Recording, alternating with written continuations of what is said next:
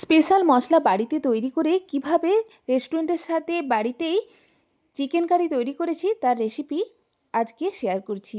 এর জন্য প্রথমেই মাংসটা ম্যারিনেট করে নিচ্ছি। মাংস পরিষ্কার জলে ধুয়ে নেওয়ার পর হাফ কাপ মতো টক দই, পরিমাণ মতো লবণ, হলুদ, 1 চামচ মতো কাঁচা সর্ষের তেল দিয়ে হাতে করে ভালো করে মাখিয়ে নিয়ে 1 ঘন্টা ঢাকা দিয়ে রেখে দেব।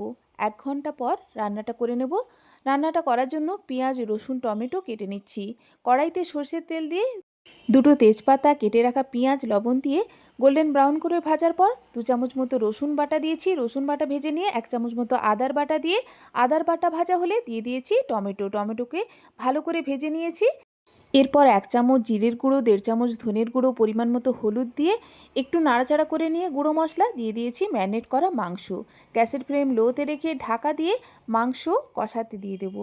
অপরদিকে প্লেটে সেই স্পেশাল মশলাটা রেডি করে নিয়েছি। 6টা মতো আমন্ড বাদাম নিয়েছি, একটা দারুচিনি স্টিক, 1 চামচ মতো গোলমরিচ, একটা বড় এলাচ, 3টে ছোটো এলাচ, একটা জায়ফলের 4 টুকরো করে নিয়েছি, তার 1 টুকরো দিয়েছি, অর্ধেক জয়িত্রী নিয়েছি, একটা স্টার অ্যানিস নিয়েছি। এগুলো ড্রাই রোস্ট করার পর সবশেষে 2 চামচ মতো পোস্ত দিয়েছি। পোস্ত দেওয়ার পর বেশি ভাজবো না, একটু নাড়াচাড়া করে নিয়ে প্লেটে তুলে নিচ্ছি।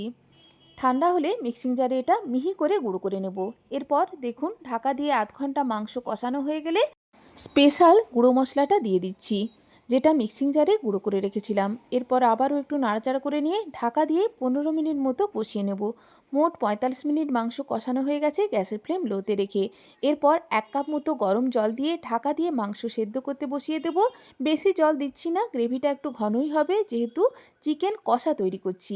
অপর বার্নারে একটা ফ্রাইং প্যান বসিয়ে 1 চামচ মতো সাদা তেল দিয়ে বড় বড় করে কেটে রাখা পেঁয়াজের টুকরোগুলো গ্যাসের ফ্লেম হাইতে রেখে লবণ ছাড়াই ভেজে নিয়েছি হালকা করে। দেখুন মাংস সেদ্ধ হয়ে গেছে, গ্রেভিও ঘন হয়ে এসছে। দিয়ে দিয়েছি শাহি গরম মশলা, ভেজে রাখা পেঁয়াজ ও চেরা কাঁচা লঙ্কা। পেঁয়াজ দেওয়ার পর বেশি রান্না করা যাবে না, গ্যাসের ফ্লেম অফ করে দিতে হবে, তা না হলে পেঁয়াজ নরম হয়ে যাবে, এতে করে খেতে ভালো লাগবে না। একেবারে সার্ভ করার জন্য রেডি। ধন্যবাদ।